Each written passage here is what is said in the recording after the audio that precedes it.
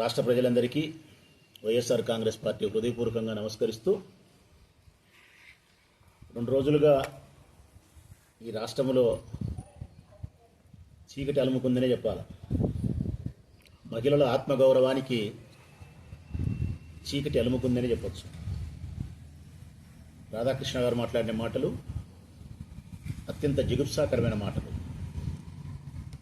రాష్ట్రంలోని వైఎస్ఆర్ కాంగ్రెస్ పార్టీకి సంబంధించిన నాయకులు జగన్ చెప్తే వారి భార్యలను చెల్లెలుగా భావించి వారికి మరో వివాహం చేసి పరాయ పురుషుని పక్క ఎక్కిస్తారు అని మాట్లాడిన మాటలు.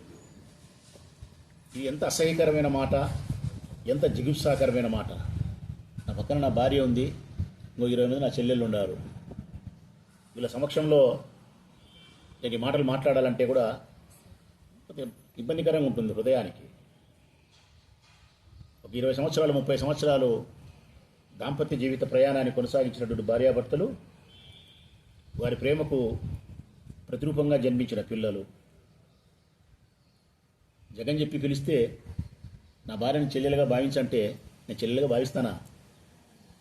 పవిత్రమైన ఈ బంధానికి బీటలు బారుస్తారా?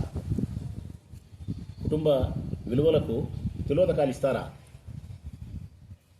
ఇంత వెన్నెముక లేని జీవితాన్ని వైఎస్ఆర్ కాంగ్రెస్ పార్టీలో కొనసాగే పురుషులము మేము ప్రవర్తించగలుగుతామని ఏ విధంగా నువ్వు మాట్లాడగలుగుతావు రాధాకృష్ణ? మా మగతనాన్ని గేలి చేస్తేవి, మా స్త్రీల యొక్క శీలాన్ని శంకిస్తేవి, మమ్మలను రాజకీయ నపుంసకులుగా చేస్తేవి, మా భార్యలను వ్యభిచారులు చేస్తేవి. వ్యభిచారులు చేసినావు.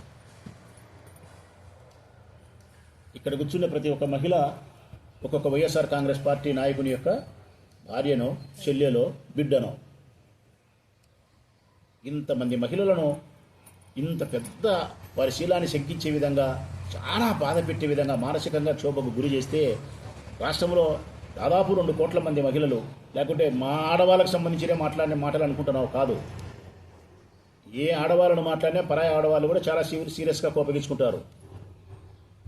దాదాపు 2 కోట్ల మంది మహిళలను ఈ విధంగా బాధిస్తే వీరి కన్నీటి చుక్కలు నిన్ను సర్వనాశనం చేస్తాయి. సర్వనాశనం చేస్తాయి. ద్రౌపది కంట్లో నుంచి వచ్చిన కన్నీళ్లు సర్వనాశనం చేసింది కురు సామ్రాజ్యాన్ని.